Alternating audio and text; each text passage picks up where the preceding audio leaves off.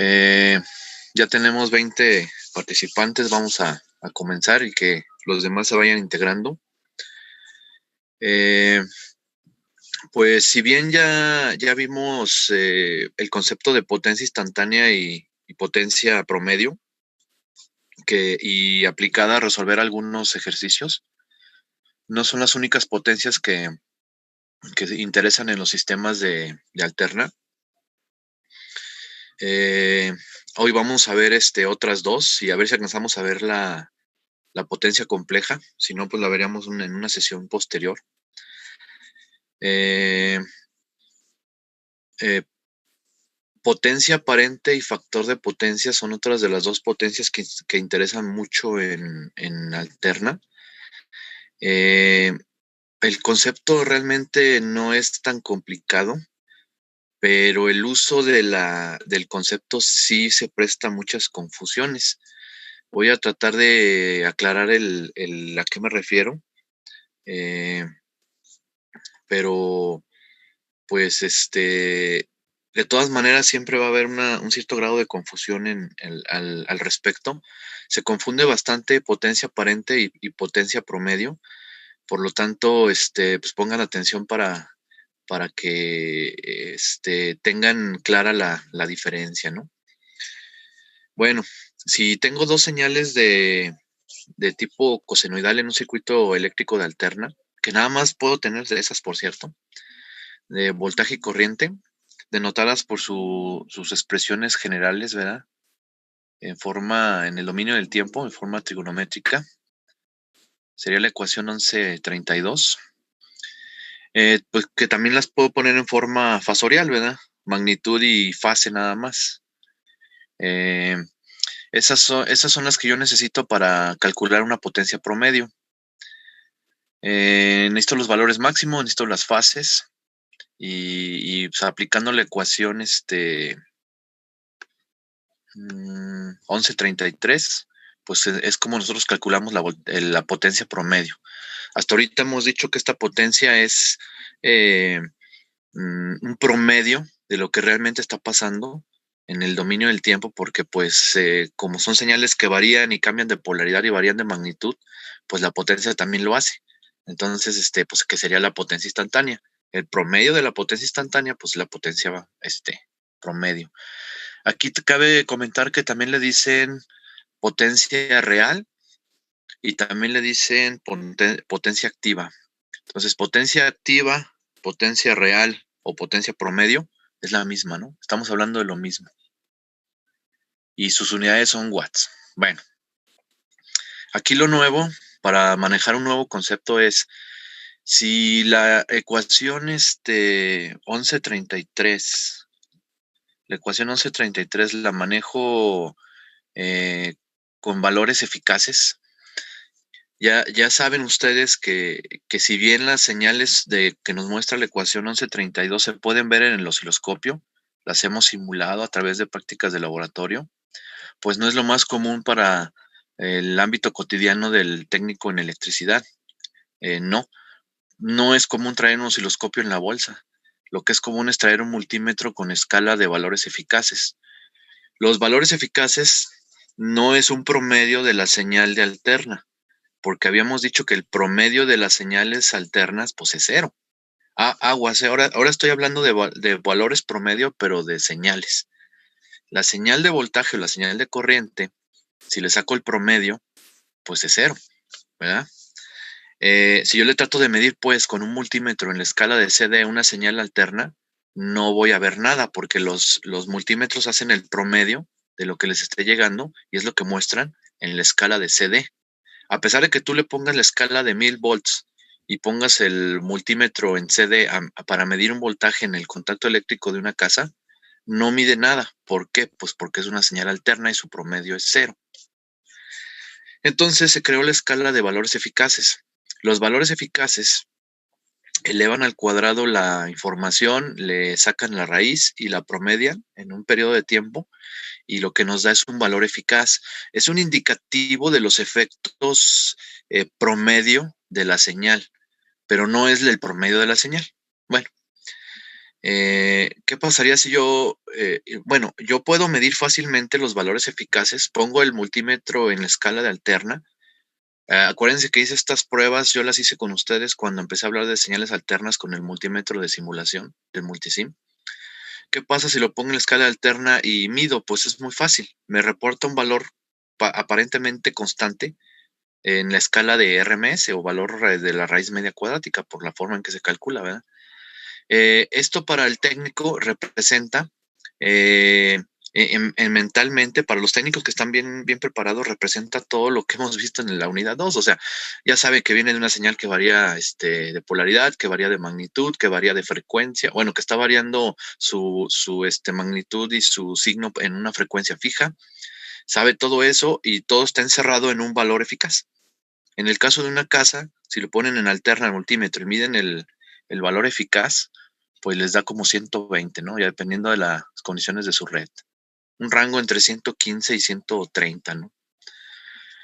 Bueno, si yo sustituyo o incluyo ese valor eficaz en la ecuación 1133 que obtengo, pues bueno, recordemos que un valor RMS, esta demostración no la hice, nada más se los di como un resultado. Si uno evalúa una señal senoidal en la integral de elevarla al cuadrado y luego la integral en un periodo y dividir en un periodo de tiempo, para el caso exclusivo de las señales senoidales, otro tipo de señales es otro rollo. Para el caso exclusivo de señales senoidales siempre va a ser la raíz de 2, ¿verdad?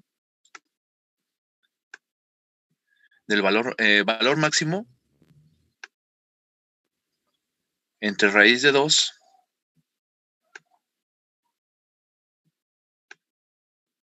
me va a dar el RMS.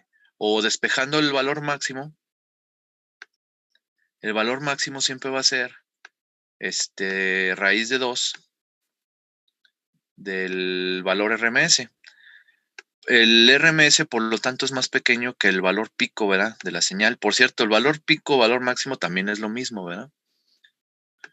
Entonces, ¿qué pasa si sustituyo esta ecuacioncita en mi ecuación 1113? En lugar de manejar valores máximos, voy a suponer que tengo el caso particular de que los puedo medir con un multímetro. Y no podría medir las fases, pero bueno, podría medir los valores eficaces. Y los meto en mi ecuación. Pues noten que me va a quedar valor máximo, valor RMS de voltaje por valor RMS de la corriente, por raíz de 2 por raíz de 2. Raíz de 2 por raíz de 2, pues me queda 2. Entre el 2 de la ecuación se cancela. Y nada más me va a quedar los valores RMS multiplicados por el coseno del desfase entre voltaje y corriente. A esos valores multiplicados de eficaces, les dan un nombre aquí en el libro, nomás que a veces esta S se presta a confusiones con otra S que vamos a ver. Pero bueno, aquí, digámosle S minúscula o bueno, después les voy a recordar con cuál se confunde, pero bueno, ahorita no se confunde con nada. Le dan un valor, le dan un nombre S. A la potencia promedio siempre le van a dar la letra P mayúscula. Ya ven que yo manejaba el subíndice PROM para indicar que es potencia promedio, potencia real o potencia activa, es la misma, ¿no? Ahora estoy hablando de la letra S para denotar potencia aparente. Y así le dicen, ¿no? Le dicen, la multiplicación de los valores eficaces es una potencia aparente. Porque aparentemente sería la potencia. Pues de ahí viene el nombrecito, ¿no? Pero no es la potencia en sí. ¿Por qué? Porque depende del otro término, del otro factor. Depende de cuánto vale coseno del ángulo del voltaje menos el ángulo de corriente. A también le dan un nombrecito. A este otro término le dan el nombre de factor de potencia. ¿Por qué factor de potencia? Pues porque es un factor, es un dato que va de 0 a 1 y dependiendo el valor que tenga, pues es la cantidad de potencia promedio. O he dicho en otras palabras, la potencia aparente llega a ser igual a la potencia promedio si el factor de potencia es la unidad. ¿Dónde llega a ser la unidad el factor de potencia? Lo vimos en unos ejercicios pasados. Lo vimos ayer. Cuando el desfase entre voltaje y corriente no lo hay, que sucede cuando estoy hablando de cargas resistivas. Las cargas resistivas no desfasan voltajes y corrientes. Estamos hablando de que el factor de potencia es 0. El coseno de 0 sería el factor de potencia. El coseno de 0 es 1. Entonces, como es 1, estamos hablando de que la potencia aparente es igual a la potencia promedio. Solamente en ese caso particular. Porque realmente si hay desfases, porque la red eléctrica tiene componentes capacitivos, componentes inductivos, al resolver la red eléctrica en alguna parte de ella, pues siempre voy a tener algún desfase, es lo más común. Ese desfase va a provocar que el coseno del desfase pues me dé un valor entre 0 y 1. Mientras más cercano al 1, pues sucede lo que estoy diciendo, que es un caso particular, pero si no, la potencia aparente va a ser más grande que la potencia promedio, porque la potencia promedio va a ser la aparente multiplicada por ese factor. Entonces, es bien importante entender estos dos datos, porque algunas veces nos las dan en los sistemas eléctricos. Y ahí, bueno, ahorita vamos a hablar de las posibles confusiones, ¿no? Pero bueno, es normal que nos den potencia promedio, ya lo debían de poder interpretar con la clase de ayer, y ahora es normal que también hablen en sistemas eléctricos, que ustedes van a ver más adelante, de potencia aparente y factor de potencia. Entonces, no son iguales la potencia aparente y la potencia promedio, solamente que el factor de potencia sea 1, ¿verdad? Por lo regular, no. Y un último caso que también ya vimos en los ejercicios de ayer, si el coseno de desfases es un ángulo de 90 o más, de 90 positivo o 90 negativo, el coseno de 90 es 0. Entonces, la potencia promedio es 0. La potencia aparente no es 0, pero el factor de potencia sí es 0 multiplicado para obtener potencia promedio, pues me va a dar potencia promedio 0. Este es el otro lado del otro extremo del rango de la potencia promedio, ¿no? Llega a haber potencia 0 en las redes eléctricas, sí, cuando los dispositivos agarran energía para cargarse, como las bobinas y los capacitores, pero luego la regresan, no la disipan, no la utilizan en nada. Toda la potencia realmente no la disiparon, no la utilizaron, entonces en la potencia promedio va a ser 0. No así la potencia aparente. La potencia aparente sigue siendo los valores eficaces de voltaje por corriente multiplicados en el capacitor o en la bobina. O sea, si hay corriente y si hay voltaje, ¿sale? Lo que pasa es que la energía se agarra, se crean los campos eléctricos, los campos magnéticos, en un instante donde el periodo, donde el ciclo va, no sé, hacia arriba, polaridad positiva, y luego cambia el ciclo y regresan la energía, y esto lo hacen n veces por segundo al ritmo de la frecuencia de las voltajes y corrientes. Entonces, bueno, pues ahí está la ecuación 1134, no es más que una variante de la 1133 en términos de valores eficaces. Y le dimos nombre a los dos componentes de la ecuación 1134.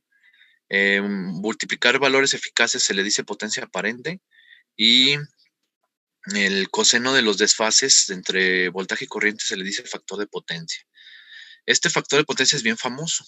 Les decía yo que muchos lo utilizan mucho Comisión Federal para todo lo que es contratos industriales y comerciales de electricidad, no así en los domicilios, porque se espera que los factores de potencia en un domicilio sean buenos, o sea, estén cercanos a la unidad, y la potencia aparente pues sea casi igual que la potencia promedio en una red doméstica, ¿no? Pero esto no sucede así ya en redes de tipo industrial o comercial, donde el factor de potencia importa para ellos para cobrarte la luz, e importa para ti para mejorarlo. Vas a contratar a alguien que sepa de esto, o sea, un mecatrónico, un electricista, para que mejore tu factor de potencia. Es una chamba muy bien pagada a nivel industrial. Pero bueno, sigamos avanzando. Entonces, le vamos a decir potencia aparente a la multiplicación de los valores eficaces de voltaje y corriente. Y le vamos a decir FP al coseno del ángulo de voltaje menos el ángulo de la corriente. Algo aquí importante para poderlos distinguir. Los especialistas dijeron, bueno, ¿cómo vamos a distinguir por las unidades estos dos tipos de potencias? No podemos decir las potencias aparentes que también son en watts, porque nos vamos a hacer bolas. Si de por sí se confunde uno, nos vamos a confundir con potencia promedio y potencia aparente. Bueno, a la potencia aparente le dan unidades de volts ampere, ¿sí? Si multiplico dos valores eficaces, voltajes eficaces, corrientes eficaces, lo que voy a obtener es una potencia aparente en unidades de volt ampere. Y esto lo hicieron para poder distinguir de la de potencia promedio, que es en watts. Entonces, si a mí me dicen que un electrodoméstico tiene 100 watts, yo entendería que me están reportando la potencia promedio del electrodoméstico. Ahora, si me dicen que el electrodoméstico es de 100 volt ampere, o el motor, o la red eléctrica, o el generador, o el brazo, el motor del brazo robótico, lo que ustedes quieran, que sea eléctrico, y me dicen volt ampere, me están dando la potencia aparente. O sea, me están dando la multiplicación de los valores eficaces de voltaje y corriente. Apréndanselo porque ahí empiezan las confusiones, ¿no? Ahora, mucha gente que no ha visto esta diferencia o no la ha entendido, lo maneja como sinónimo y como ya vimos, no es sinónimo. En los electrodomésticos yo he visto de todo tipo. Antaño, hace, no sé, 10, 15 años, podías ver mucha revoltura de que X electrodoméstico que comprabas te daban tu potencia aparente o te daban la potencia promedio y uno como usuario final, sin formación en estos conceptos, pues te confundes, ¿no?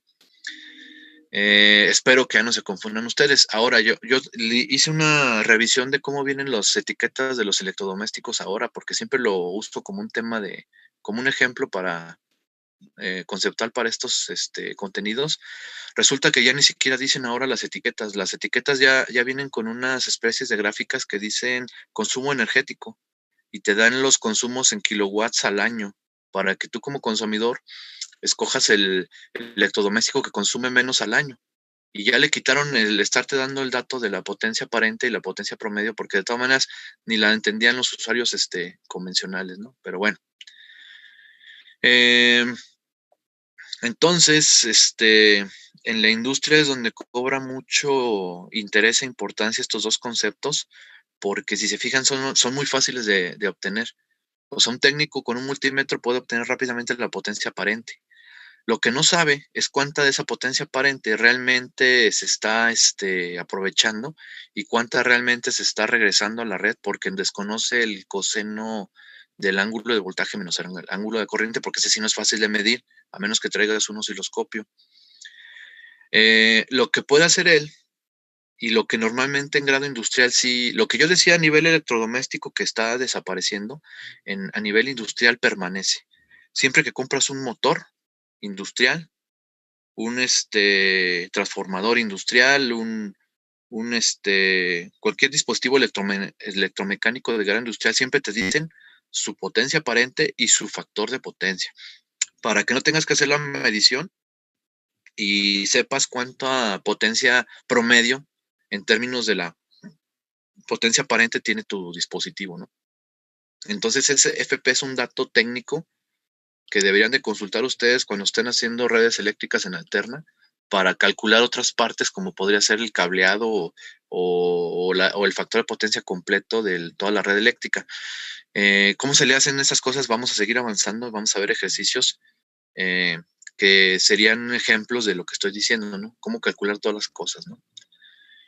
Bueno.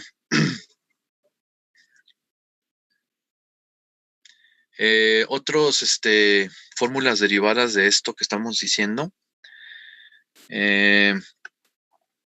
Si obtenemos la impedancia aplicando la ley de Ohm en alterna, o sea, con fasores, y la representación fasorial de bobinas, capacitores, inductancias y fuentes, pues yo tengo la ecuación 1137.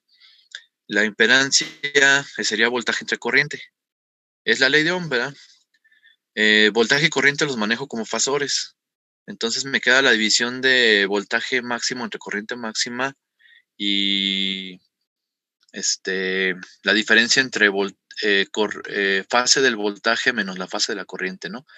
Si ustedes le ponen atención, este desfase que indica este fasor es el mismo ángulo que necesita el factor de potencia para ser evaluado, ¿no?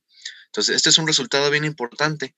Significa que yo en una red eléctrica, si llego a obtener la impedancia de la red eléctrica, lo llego a tener en formato fasorial, el ángulo de la impedancia en formato polar, pues es el que yo necesito para evaluar el coseno o el FP, ¿no? El factor de potencia. Esto también es importante para resolver algunos ejercicios, ¿no? Entonces, yo puedo evaluar el factor de potencia, hacer la multiplicación de las dos señales de voltaje y corriente y sus fases, o puedo aplicarle el coseno al ángulo de la impedancia y voy a obtener lo mismo. Es muy útil ese dato, ¿no? Bueno, también puedes expresar los fasores en términos de los valores eficaces. Habíamos dicho que la unidad 2 y, que hay varias formas de expresar los fasores en diferentes autores de los libros del tema, pero que nosotros nos íbamos a pegar a un criterio de hacer fasores con funciones coseno y con los valores máximos. Así quedamos en aquella explicación. Y sí les comenté que hay otros libros donde los hacen con el fasor, lo hacen con la función seno o lo hacen con el valor eficaz, ¿no? Pero nosotros dijimos valores máximos y funciones coseno. Bueno, pero sí puedes expresar los fasores con sus valores eficaces.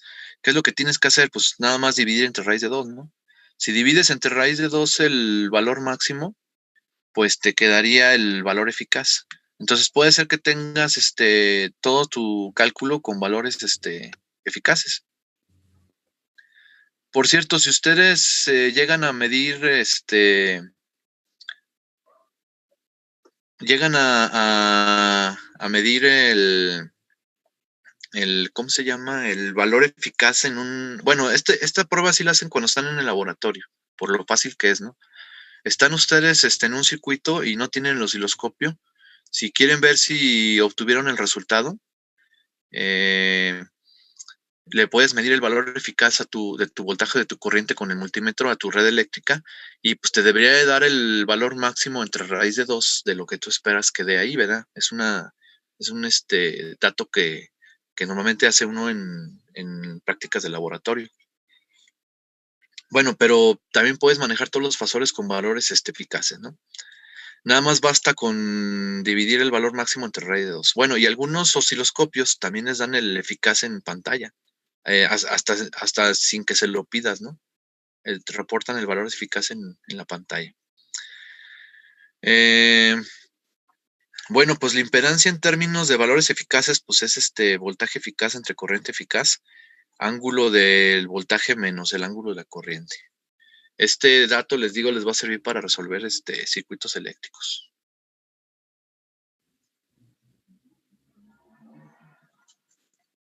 Bueno, algunas definiciones útiles. El factor de potencia, pues, es el coseno de la diferencia de fase entre voltaje y corriente. Puede variar de 0 a 1. No hay forma de sacar otro dato aquí. Hablando de pensamiento crítico, si de repente les da un factor de potencia del 3, pues no, eso no es posible. Los desfases siempre van entre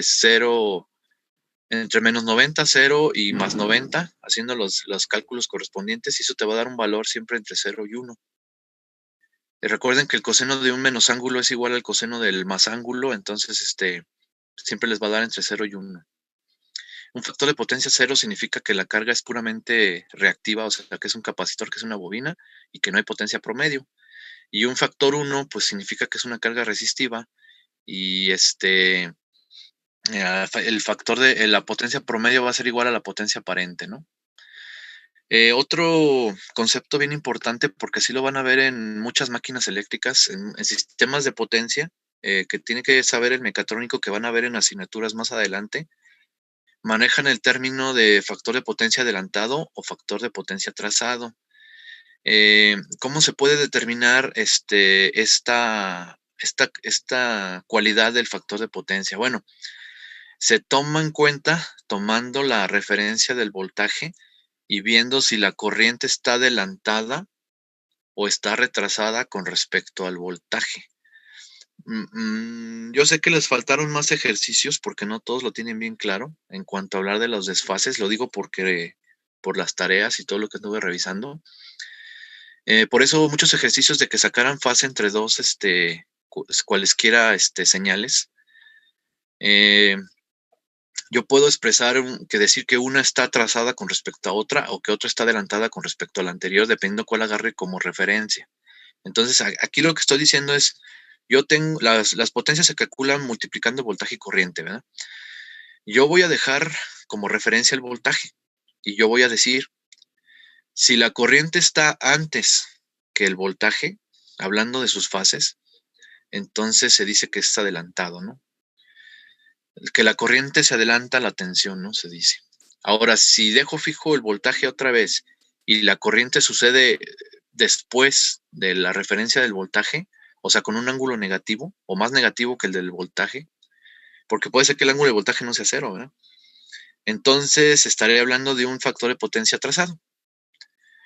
Esto lo voy a volver a explicar en los ejercicios, porque también les digo, es muy común que les digan el motor asíncrono de la aplicación de tal cosa, de cuál X máquina eléctrica que mueve tal dispositivo mecánico, es un factor de potencia adelantado. Corríjalo o mejórelo. Y ya tú dirías, bueno, pues ¿por qué? ¿Por qué llega a haber atrasos o adelantos de la corriente? Pues porque es carga reactiva capacitiva o es carga reactiva inductiva. Entonces, una se contrapone con otra y ya entraríamos a ver cómo se corrige un factor de potencia, tema que vamos a ver más adelante. Entonces ya no lo explico más. Pero sí es importante ahorita que sepan decir si el factor de potencia es adelantado o es atrasado. Reitero, se fija uno en la fase del voltaje y se pregunta uno, ¿la corriente está adelantada o está atrasada? Si la corriente se adelanta, pues se dice que es un factor de adelantado. Si la corriente se atrasa con respecto al voltaje, se dice que es un factor de potencia atrasado. Bueno, y antes de hacer ejercicios, anduve buscando algún caso, algún ejemplito para denotar lo que puede llegar a pasar aquí con las personas que no tienen claro el concepto. Por ejemplo, ahorita nada más hay 28 participantes y bueno, me dicen que algunos graban la conferencia y después la ven en sus casas. Espero que todos la vean. Pero alguien que no, y aún así asistiendo aquí, pues quién sabe si llegó la información como yo quería a ustedes, ¿no? Llega a haber muchas confusiones con estas cosas, ¿no? Porque no está clara los conceptos. No hay que combinar peras con manzanas, le puse yo ahí, ¿no? Eso sí ya es de mi cosecha, ¿no? Les decía yo, cuando ustedes compran, bueno, les digo algo que conozcan, ¿no? Porque no creo que ustedes todavía conozcan equipo industrial.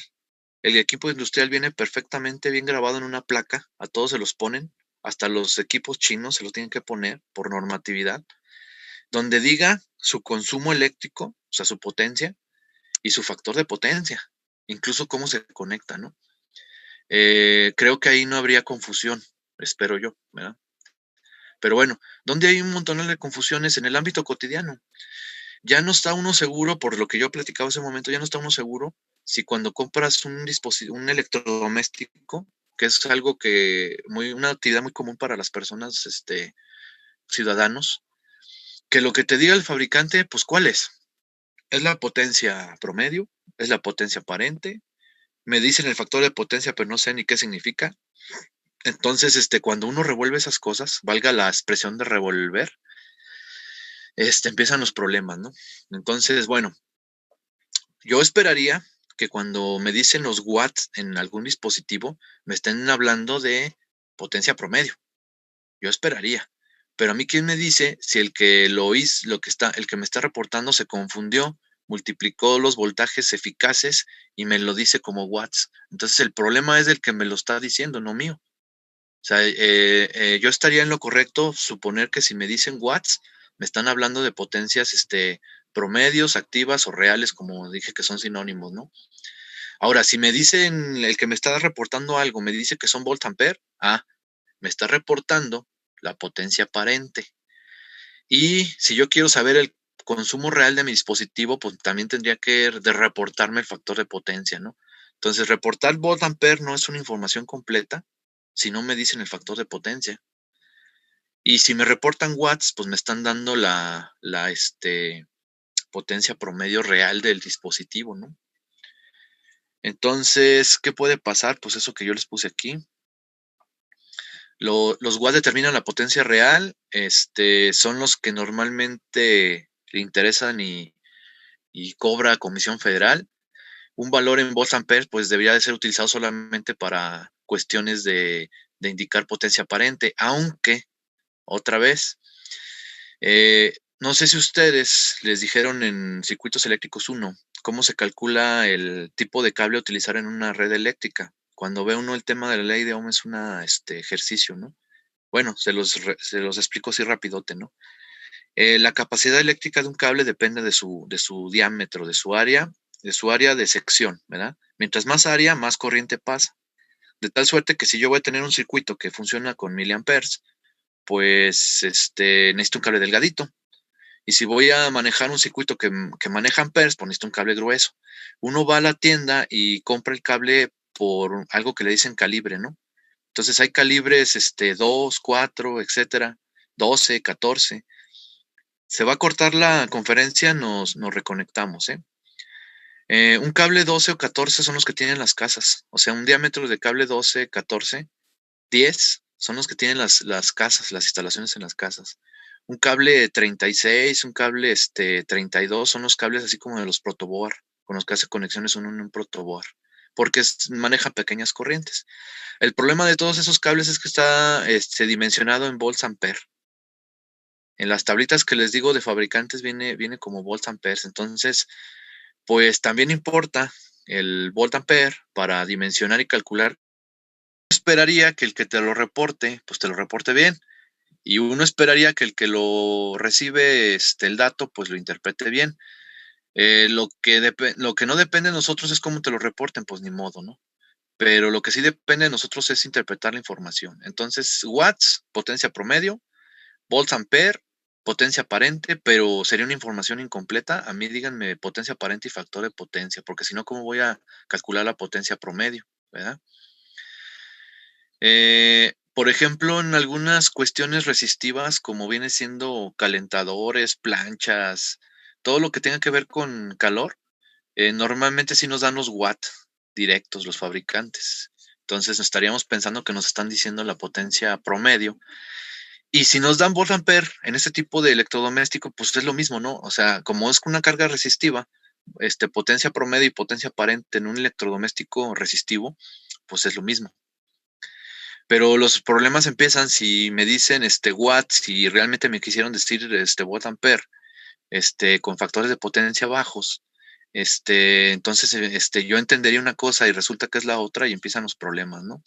Miren, por tener algún dato, una computadora, dado que su fuente de energía es una fuente conmutada, como le dicen, tiene un principio de funcionamiento de switcheo, no es diodos, no tiene diodos ni capacitor, es otro tipo, es una tecnología más nueva, no tienen transformador. Ese tipo de dispositivo tiene internamente bobinas, capacitores y por lo tanto tiene alta carga reactiva. Estaríamos hablando de que una computadora tiene un 60 o 70% de potencia promedio de su valor reportado como potencia aparente. O en otras palabras, tiene un factor de potencia como de 0.7. De 0.6 a 0.7 es el factor de potencia de una computadora por su modelo eléctrico de su funcionamiento interno. No aprovecha toda la potencia y la cambia a calor y a otras cuestiones, sino que hay una parte, un 30%, que la regresa a la Comisión Federal Y si tú no tienes, eh, bueno, a ti no te perjudica nada en una casa, ¿no? A los perjudicados son los de Comisión Federal y son los que te podrían multar por esta circunstancia.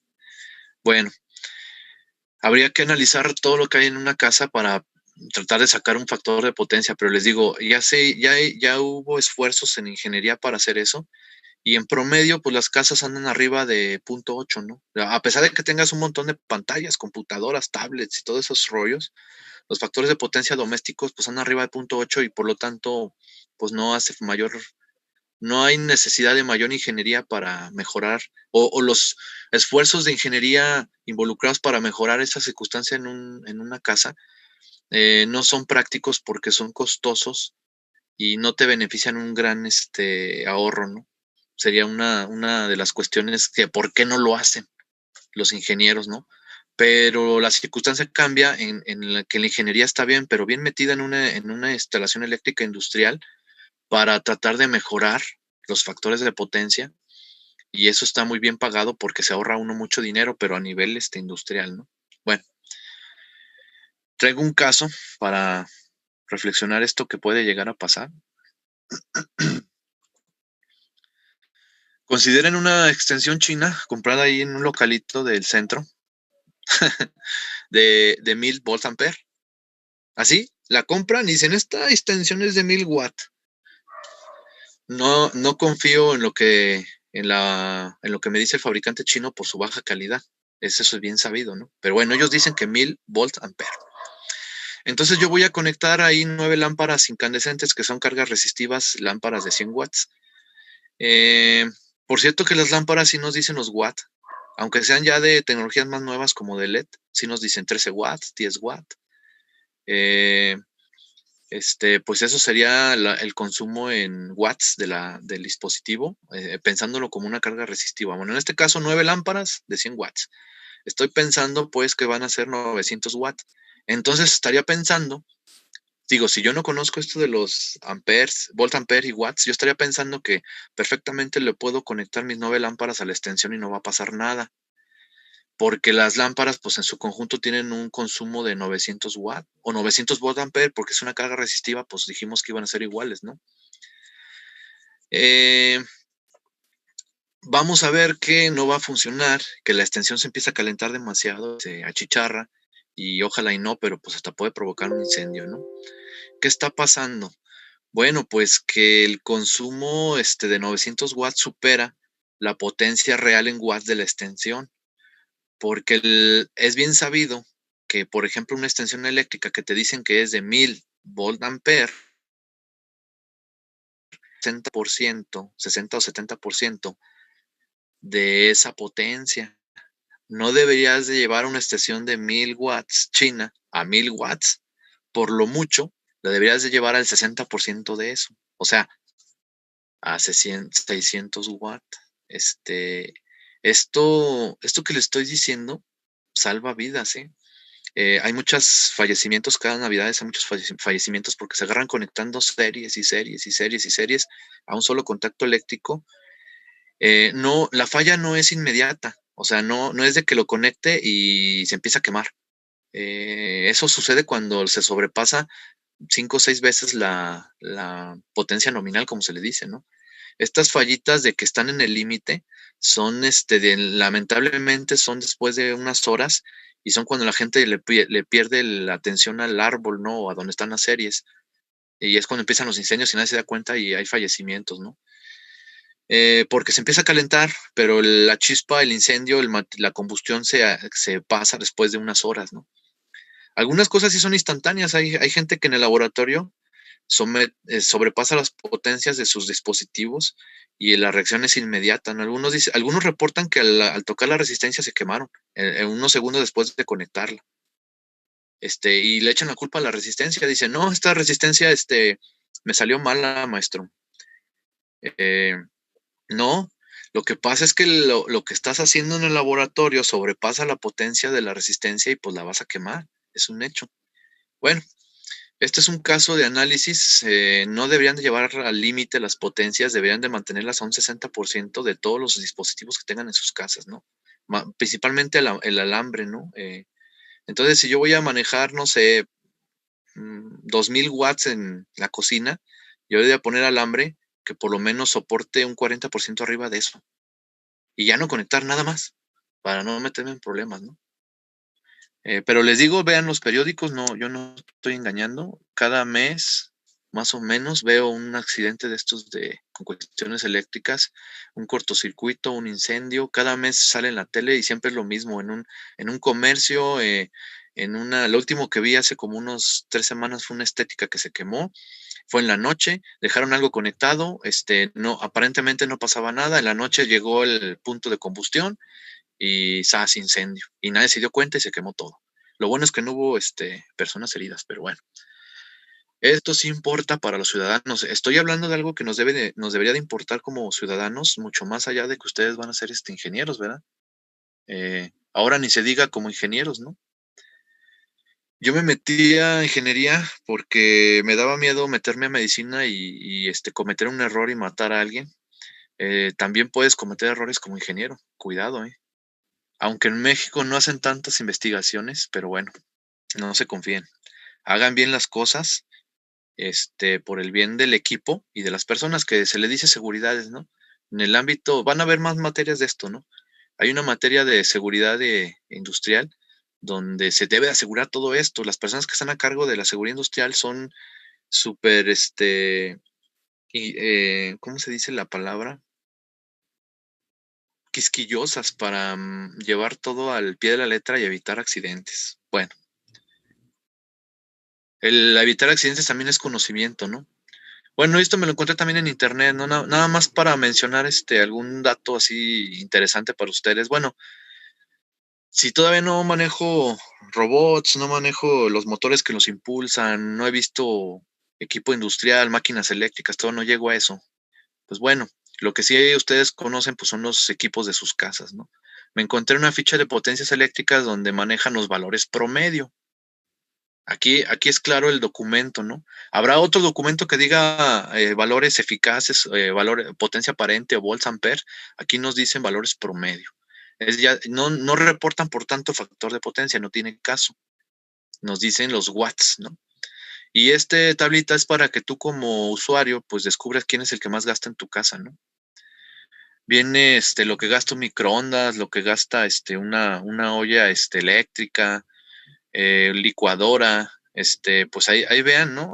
Por ejemplo, las televisiones, pues gastan muy poquito, 150 watts, ¿no? O 150 watts hora si la tuviste prendida una hora. Un equipo de sonido, pues igual, ¿no? Eh, a diferencia de, por ejemplo, un microondas, estamos hablando de 1500 watts, ¿no? Claro que el microondas no lo tienes prendido una hora. Uno calienta rápidamente cosas en 2, 3 minutos en los microondas y pues no hay tanto consumo, ¿no? Creo que los mayores consumos son en lavadoras y refrigeradores que sí llegan a estar prendidos horas, ¿no? Creo que ahí está el dato de una lavadora automática 1200 watt hora. El refrigerador creo que no lo veo. También es de los que más gastan, no tanto porque gaste su motor, sino porque lo tienes prendido todo el día, ¿no? Entonces estaríamos sospechando que por los más gastones podríamos hacerles algo desde el punto de vista de la mecatrónica para bajar no hay que engañarse, no es eliminar la potencia porque no se puede, o sea, el gasto, lo que hace el dispositivo lo tiene que hacer. Más bien aquí el ahorro va enfocado al tipo de cable que utilizas y si le puedes o no poner algo externo como para mejorar un factor de potencia para ahorrar un poquito de energía, ¿no? Un porcentaje que se vea reflejado en tu recibo de luz desde el punto de vista de la mecatrónica o de la ingeniería en general. Nada más que les digo, esto es interesante pensarlo como casos de análisis de proyectos aquí de clases académicos, pero ya se sabe de antemano que pues a lo mejor todo el esfuerzo que involucre uno aquí a lo mejor no lo vale, ¿no? O sea, vas a ahorrar muy pocos pesos. Pero bueno, a lo mejor si multiplicamos por meses, por años, pues convenga, ¿no? Pero bueno, aún no sabemos cómo hacerle, ¿verdad? Necesitamos ver el tema de factor de potencia. Bueno, un ejemplo más de los que no les gustan, que traen los libros, son ejemplos ya con matemática y conceptos conceptos de uso de calculadora, uso de MATLAB, aparentemente no se llama. Mande. Perdón, yo tengo una duda. Es que no me quedó claro qué era el factor de potencia. Si es una relación entre la potencia aparente y la promedio o es algo aparte. Sí es una relación. Es, una definición corta. El factor de potencia es el coseno del ángulo del voltaje menos el ángulo de corriente de una aplicación que quiere saber la potencia. ¿Sabes que la fórmula de potencia involucra conocer el voltaje, conocer la corriente en alterna? El ángulo del voltaje menos el ángulo de corriente, le sacas el coseno, ese es un dato entre 0 y 1 y es un factor. ¿Por qué le dicen factor de potencia? Porque ese factor, pues es un factor de esta expresión matemática, pues puede ser ese factor, que multiplicado por este otro factor, pues me va a dar la potencia promedio. Le dicen factor de potencia, ¿por qué? Porque dependiendo del valor que tenga, que puede estar entre 0 y 1, en términos de la potencia aparente, pues me da la potencia promedio. Entonces es correcto lo que tú dijiste, relaciona la potencia aparente con la potencia promedio.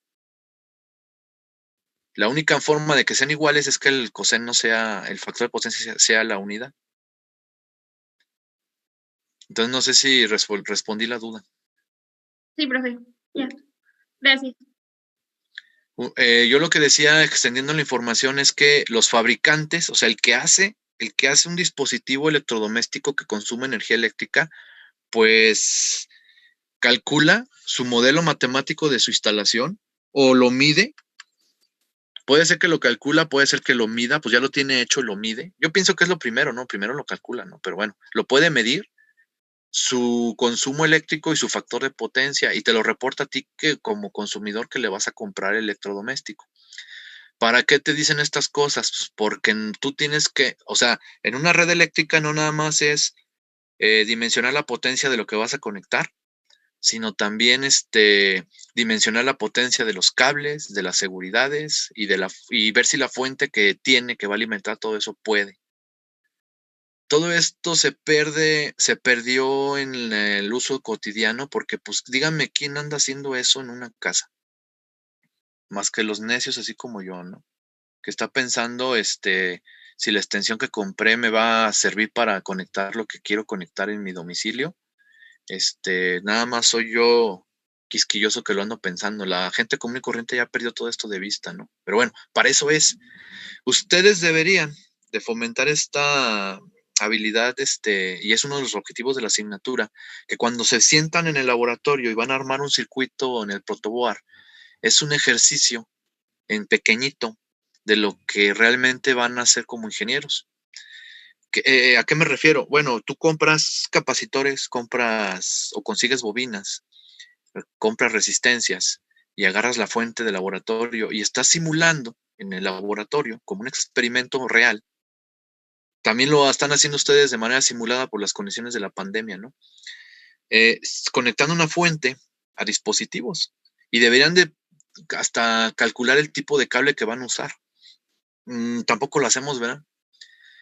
Y ya empiezan a perderse todo esto valioso que es el conocimiento y el pensamiento crítico. Pero bueno, algún día reflexionarán porque yo también fui estudiante y me valía gorro las cosas, pero ya después empecé a reflexionar, caray, no, sí importa. Importa mucho el calcular el cable y calcular, las fuentes de energía no son de energía infinita. No les puedo no les puedo conectar cualquier cosa. Va a llegar un momento en que por muchas cosas que les conecte ya no van a poder y va a fallar. Pues eso pasa, ¿no? Y en ámbito real, le decía, cuando falla algo eléctrico, el problema es la ignición de un material cercano donde hay la falla y un incendio. En el laboratorio también he visto que queman las resistencias y los capacitores y si lo veo que lo hicieron con negligencia, se les pide que abandonen el laboratorio aplicando el reglamento, ¿no? Con el reglamento del laboratorio, ¿no?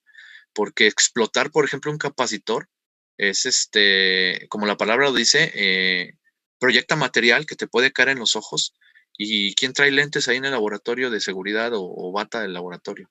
Entonces, no deberían llevar un capacitor a su potencia límite porque va a explotar. Una resistencia, si lo llevas a su potencia límite, se quema. Un semiconductor que lo llevas a su potencia límite, o sea, un transistor, un diodo, se quema. Y huele extraño. Nosotros le decimos de broma en el laboratorio, le decimos que huele a alma, se le salió el alma al componente y huele a silicio quemado. O sea, el silicio quemado es un olor bien característico cuando llegas a un laboratorio y te das cuenta que alguien ya quemó algo. ¿Por qué lo quemaron el transistor? ¿Por qué quemaron el circuito integrado, el microcontrolador? Los van a quemar. Por más que estemos dando estas clases, es como algo muy intrínseco del humano, ¿no? O sea, le gusta aprender echando a perder. A pesar de que, o sea, les gusta experimentar vivenciar eso, ¿no? Yo también lo viví, o sea, por eso se los digo. Por más que me decían mis maestros que hiciera cálculos y antes de conectar cosas, no. Primero conectaba cosas y me daba cuenta que se quemaba. Cuando los microcontroladores eran caros, estoy hablando hace 20 años que yo era estudiante, quemar un microcontrolador dolía. Dolía porque es algo caro. Ahorita ya valen 50 pesos, ¿no? Pero antes no valían el equivalente a 50 pesos. Y ahí agarra uno el motor y se lo conecta uno al microcontrolador así nada más. Que porque el motor era de 5 volts y el microcontrolador en su patita de salida da 5 volts, por lo tanto debería de funcionar, ¿no? Pues no, porque no están haciendo análisis, no están viendo qué potencia necesita el motor y qué potencia entrega el microcontrolador. Si no hay ahí concordancia, pues algo se quema.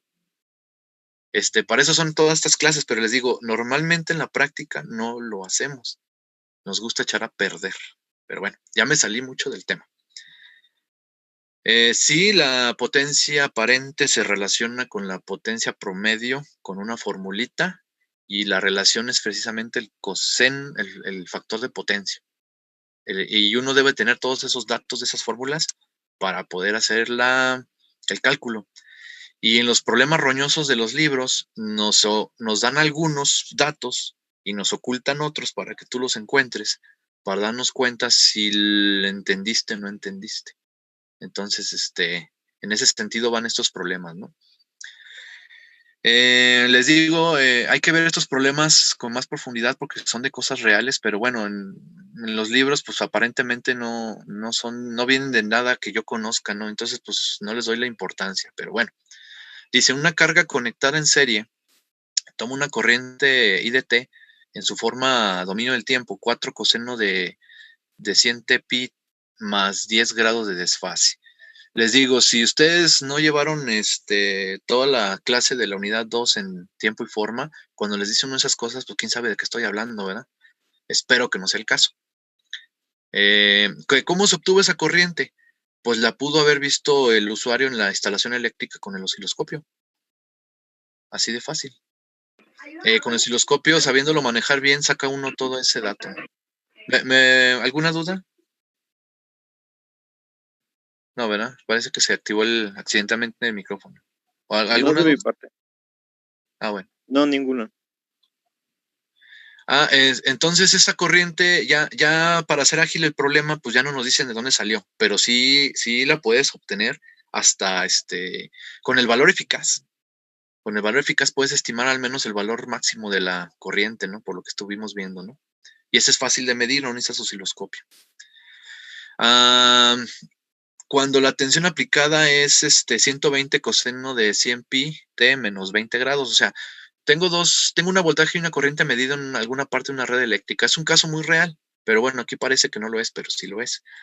Halla la potencia aparente y el factor de potencia de la carga. O sea, tú eres ahora el que hiciste un dispositivo mecatrónico y le vas a decir a alguien más en función de cuánto voltaje y corriente tiene tu dispositivo, qué potencia aparente y cuál es su factor de potencia para que cuando el usuario final de este dispositivo vaya y lo conecte a otro lado, pues esté seguro de si va a funcionar o no va a funcionar. ¿Sale? Determine, esto ya es interesante, ¿no? O sea, sin necesidad de conocer el modelo eléctrico del dispositivo que estoy diciendo, con su voltaje y su corriente uno puede determinarlo. Y se determine los valores de los elementos que forman la carga conectada en serie. O sea, Lo que provocó este desfase en estas señales senoidales, pues es una resistencia y un capacitor o una bobina, que son modelos matemáticos de una red eléctrica. No sé si se sorprenden, pero, por ejemplo, la parte de la potencia de un satélite, de telecomunicaciones, se puede, eso que estoy diciendo es cierto. O sea, toda la red eléctrica compleja se puede modelar como una impedancia. ¿Por qué es cierto? Pues lo dice el teorema de Thevenin. El teorema de Thevenin dice que cualquier red eléctrica, sin importar su complejidad, se puede modelar como una sola impedancia, ¿verdad? Entonces, todo esto que estamos viendo parecen problemitas así muy hipotéticos, pero no. Realmente yo podría sacar el modelo eléctrico de algo midiendo su voltaje y su corriente con el osciloscopio. Este es un proyectito que les dejo a veces en clase para que lo hagan en sus casas, ¿no? A ver, dime cuál es el modelo eléctrico de tu impedancia de tu casa. En determinado momento, pues conectas varios dispositivos y luego mides el voltaje y la corriente con el osciloscopio. Nada más que, pues a veces no está tan fácil andar pidiendo el osciloscopio y llevárselo a la casa, ¿no? Estaba yo viendo que ya hay osciloscopios muy baratos, hay unos osciloscopios hasta de 300 pesos chinos. Entonces ya estaríamos pensando que esto se podría hacer más adelante comprándose cada quien su osciloscopio. Pero bueno, solución.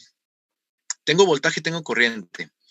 Me piden potencia aparente. ¿Cómo la puedo sacar?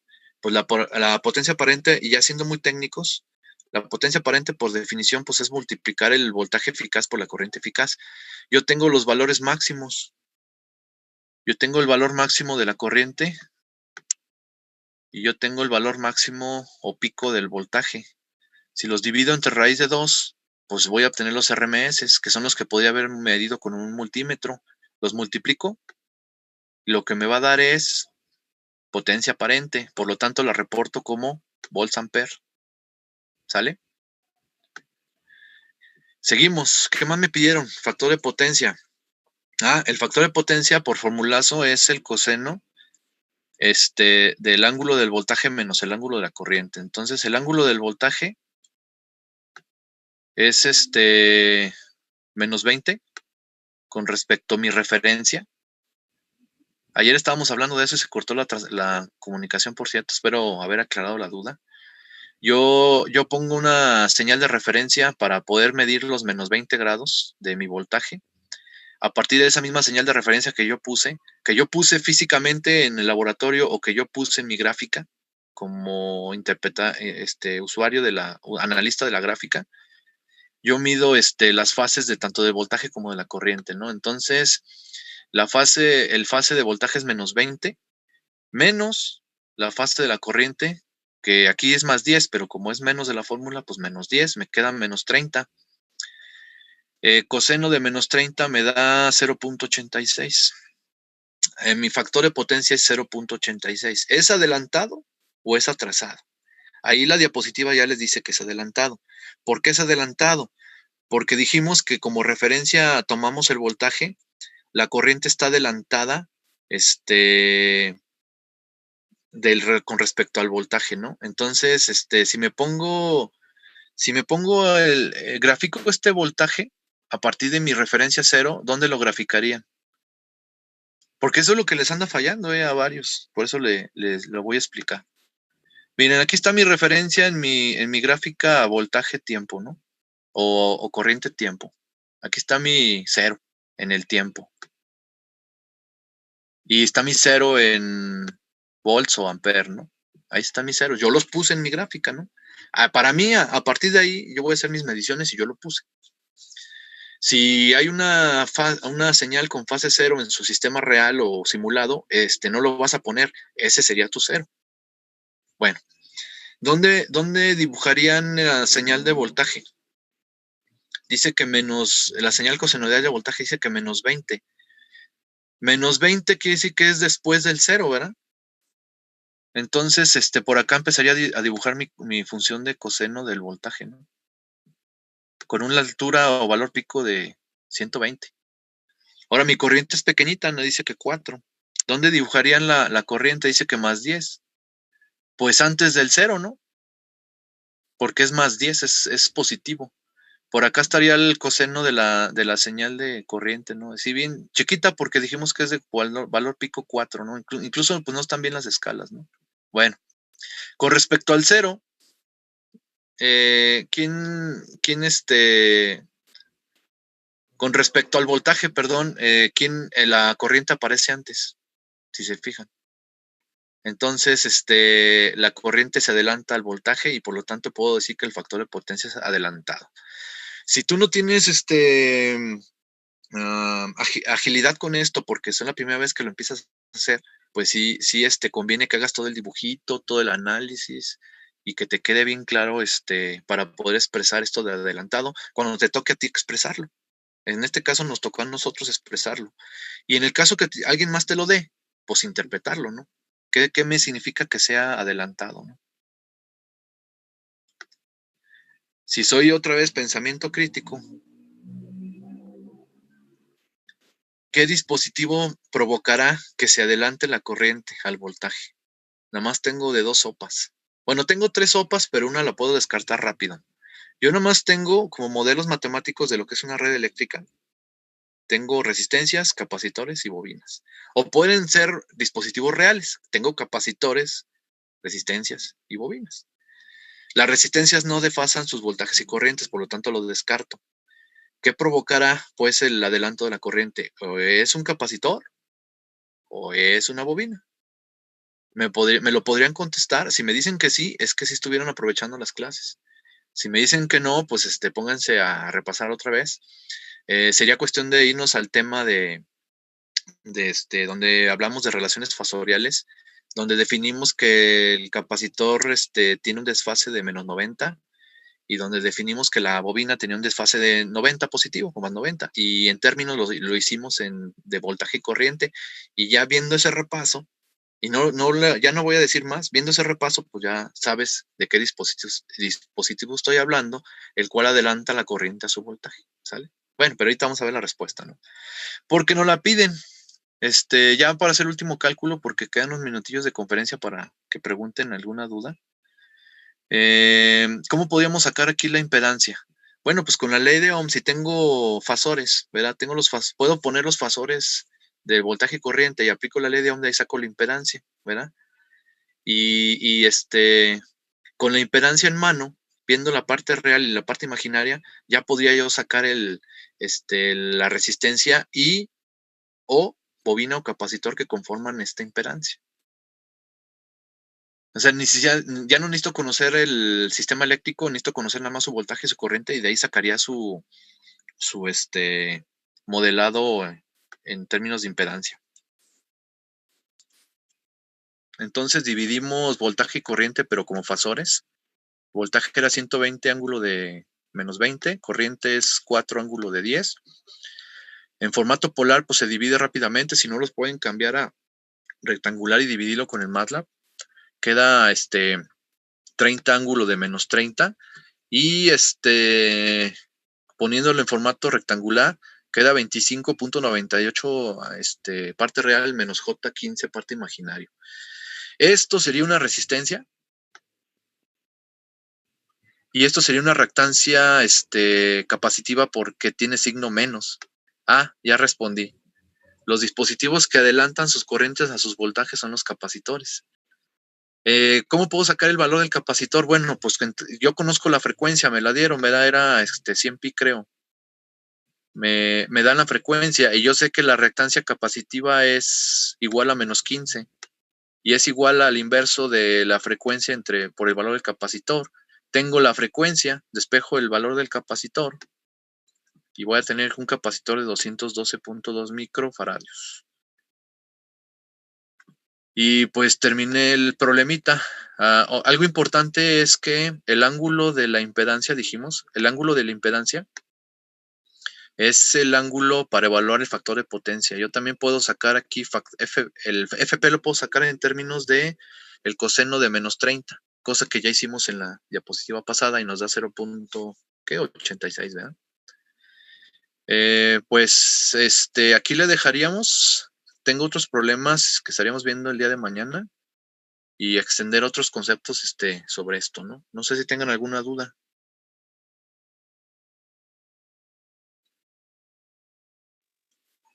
De mi parte no hay ninguna duda. Gracias, compañero. ¿Alguien más tenga alguna duda? No he subido las diapositivas ya, las pongo en la tarde ahí en la plataforma, eso sí. Profe, respecto aquí lo último que vimos, en vez de calcular el capacitor, ¿pudimos haber calculado la bobina? Si esto hubiera sido positivo, si este término me queda positivo, o sea, me queda rectangular con parte imaginaria positiva, es una bobina. Ah, ok. Y hubiera dicho que el factor de potencia estaba atrasado. Ok, muy bien, gracias. Entonces, depende pues del signo, del signo de la parte imaginaria de lo que vamos a calcular. Ajá. Ok. Puedes hacer el ejercicio inverso. Puedes poner una resistencia y un capacitor, y puedes poner una resistencia y una bobina, y luego los conviertes al dominio de la frecuencia, y sacas sus impedancias, y te vas a dar cuenta que el menos significa capacitor en la parte imaginaria, y el más significa bobina. Ok, muchas gracias. ¿Alguna otra duda?